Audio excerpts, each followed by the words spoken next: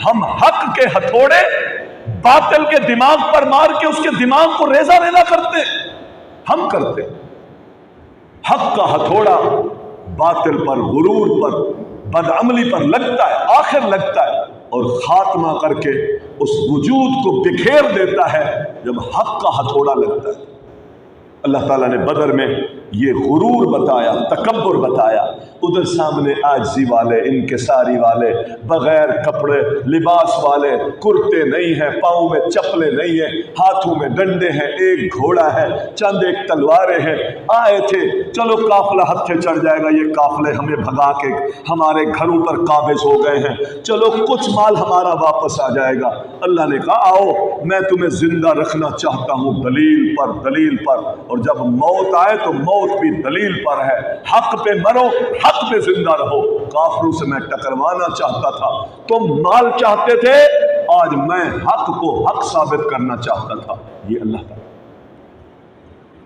پھر رگڑے لگے، بڑے خوب لگے، چوتھے آسمان کی نصرتیں اتری، فرشتے اترے، چت لٹا دیا کافروں کو، 70 مارے گئے۔ اللہ تبارک و تعالیٰ نے یہ ساری چیزیں بیان کر کے کہا مسلمانوں اس وقت کو یاد کرو جب تم تھوڑے سے تھے، تم کمزور تھے، بے بس تھے، زمین میں چھپتے پھرتے تھے، دار ارقم میں جا کر ٹھکانے بناتے تھے، پہاڑیوں میں جا کر تم نمازیں پڑھتے تھے، اور پھر تمہاری حالتیں یہ تھی، تنگ دستیوں میں تھے، تمہارے رب نے تمہیں ٹھکانے دیے، وَأَيَّدَكُمْ بِنَصْرِهِ مددیں کی، وَرَزَقَكُمْ مِنَ الطَّيِّبَاتِ پاکیزہ رزق دیے، لَعَلَّكُمْ تَشْكُرُونَ اللہ کی نعمتیں بڑھیں تو شکر گزار بن جایا کرو، اللہ کی نعمتیں بڑھیں تو تکبر نہ لایا، غرور گھمنڈ نہ لایا، اپنے سابقہ دور کو یاد رکھا کرو، ہم کس قدر کمزور تھے، آج رب نے کس قدر قوتیں عطا کی ہیں،